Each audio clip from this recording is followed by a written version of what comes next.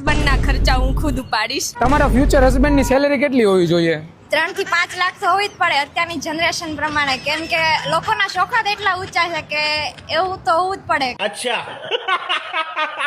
તમારી regarding according 1 થી 2 કરોડ તો હોવી જ જોઈએ. 1 થી 2 કરોડ એટલે મારી ચોઈસ. આ યરલી કે યરલી બી ચાલે, મંથલી હોય તો very good. મંથલી? આ મંથલી માં તો બહુ વધી જાય હો. ચાલે ચાલે. ચાલે તમારે. એ તારી ભલી થાય સુટોડી. મારા ખર્ચા ઉપાડી શકે એટલી. બસ એટલી? બસ એટલે જ ખુશ છે આપણે.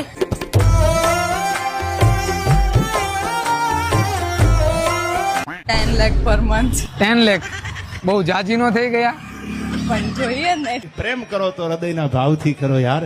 તમારા ફ્યુચર હસબન્ડ ની સેલેરી કેટલી હોવી જોઈએ? ઈ મારી માટે મેટર નથી કરતી. હું ઇન્ડિપેન્ડન્ટ બનીશ અને હું મારા ફ્યુચર હસબન્ડના ખર્ચા હું ખુદ ઉપાડીશ.